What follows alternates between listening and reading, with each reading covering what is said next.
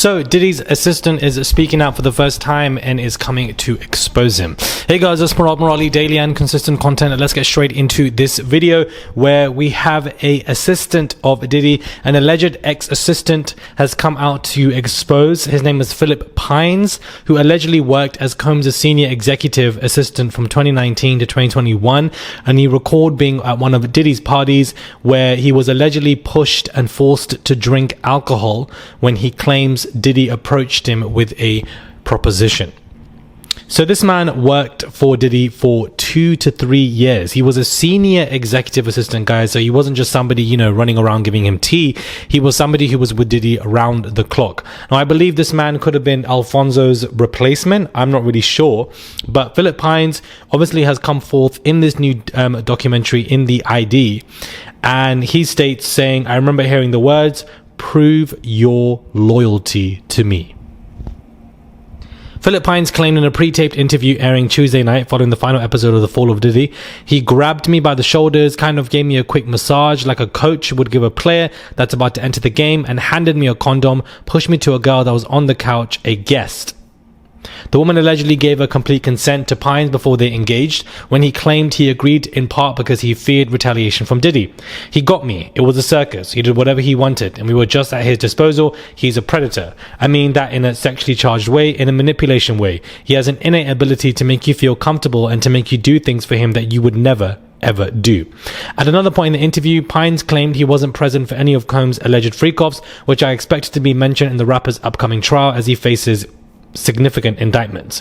However, Pines claimed that he provided the hitmaker with various items for so-called Wild King nights. I now remember this lawsuit, where usually had a laundry list of items including alcohol, ketamine, and etc.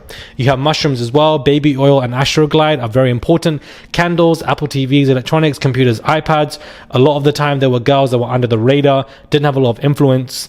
A lot of the times you have Diddy with a young female and there's a power dynamic there as well, and that there would be severe pushback if you would try to say anything. Now, my thing is this. Of course you weren't at the freak-offs. I find it to be so convenient that these people want cameras in their faces to come and expose Diddy now in these documentaries with a setup and with a studio, with Peacock, with ID. And always, a lot of them always say, we were never at the freak-offs. Oh, we didn't know that was going on. This was a person, if I'm correct, that came with a lawsuit that's saying that he would do Wild King nights with other rappers and other musicians. There would be a significant amount of substances, and he was saying that he knew that there were minors involved, or Diddy was using people or much younger girls and etc. But if you knew XYZ and there's not something that you could have done back then, I don't know, man. I just feel like once you know minors are involved and there's nothing you can do, it's just crazy to me. I guess it goes to show you how powerful Diddy is. But at the same time, it's just convenient that all of these people that have coming to expose him were conveniently never at all of these many freak-offs, never knew, what Diddy was doing was with XYZ. Their hands are always clean, but yet somehow they know all the dirty things he was doing. I don't know. I just find it to be very intriguing. I'm not saying that this man is not an alleged victim or that I'm doubting his story.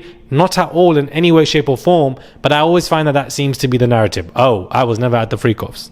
Oh, I was never there. Okay. If you say so.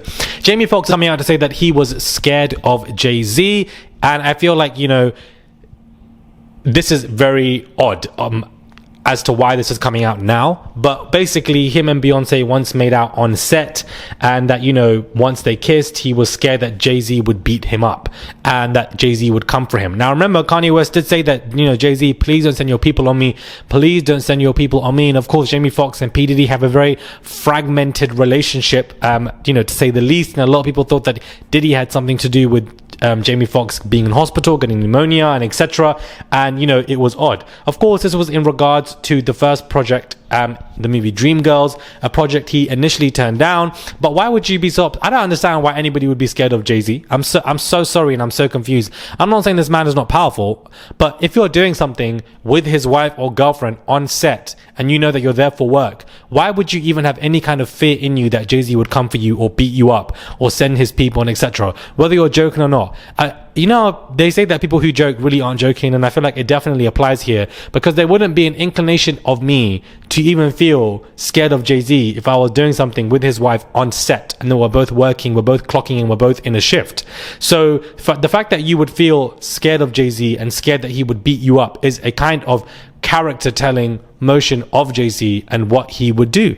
And you know, it fits what Kanye said, don't get your people on me, don't get your goons on me, because that is what he would do. Send people to either anonymously phone you or come for you, come to your house, come to your address, or come to something. I don't know. I just find this is the most random story of the day, and I wanted to just include it in this story. Now, a particular singer called Cher Lloyd from X Factor in the UK has come out to say that her management, her team, were basically trying to tell her to seduce Justin Bieber, try find him and trap him and kiss him and etc. in order to elevate her career. And mind you, this woman was already married. She said this in an interview today, and so it just goes to show you that Justin Bieber really was a target, because why would it have to be Bieber out of all people that you would have to try seduce? And bear in mind, you know, I believe this girl was also quite young at the same time as well, and it just is very sad and upsetting, not only for the girl being interviewed but also for Bieber. And it just goes to show you that he's such a big target that there would be other musicians saying that you must get with him in any kind of way in order to elevate your career. And some girls and boys are thirsty out there. They want to elevate their careers. They want to have their name on the Hollywood Star of Fame, you know, in LA, that they would do things like this. They would try to seduce somebody. And then when it comes to seduction, you might want to use substances involved as well, which is what Diddy used, in my opinion, with him. I do feel like Bieber was unfortunately essayed by many people. I don't think Usher was that person. I just believe Usher was somebody who financially R-worded him brutally, and that would take cuts, percentages in contracts. Usher's name would just be there, and have merchandise, Bieber products, etc. Usher would always take a cut, and Bieber woke up one day and was like, why is Usher always taking a cut? You're meant to be my friend, you're meant to be my guide, my mentor, and you've obviously out here are just financially R-wording me through thick and thin. And I genuinely find it very frustrating. He hasn't refollowed any of those people he's unfollowed. He hasn't refollowed Usher. Usher is also notably very silent on this matter. He hasn't said one word on why this has taken place, because this was all in the news cycle 2 weeks ago. So you would have thought he would have said something, but his PR team said, be quiet, I don't want to say anything, you know, or don't say anything, don't bring attention to this conversation. I think it's very telling that this man is silent in this moment of time, Usher.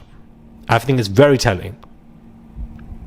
It just goes to show you that Bieber was really a target on all ends. Other record labels wanted their girls to come for him, probably even boys too. Then you had Diddy. Then you had Usher, you know, financially taking his money as well, which I definitely believe. And he's had enough. And so, you know, he obviously, with Hailey, there are rumors that they are splitting up. Well, clearly they were enjoying a comedy club date last night where they were uploading stories and pictures, which kind of basically recants everything. And they're basically reacting and saying that this is not true. We are still together.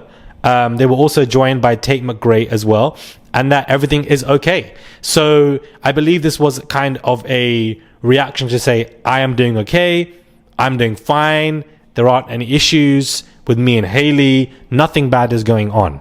So let me know your thoughts are, guys, when it comes to this video. Bieber and the stories with him and the interview from that girl, Jamie Foxx, Jay-Z, and Diddy and his assistant. Do subscribe to the channel. I would really appreciate it. It's just one click, guys. That's all you guys have to do. Let's get to 400,000 subscribers together.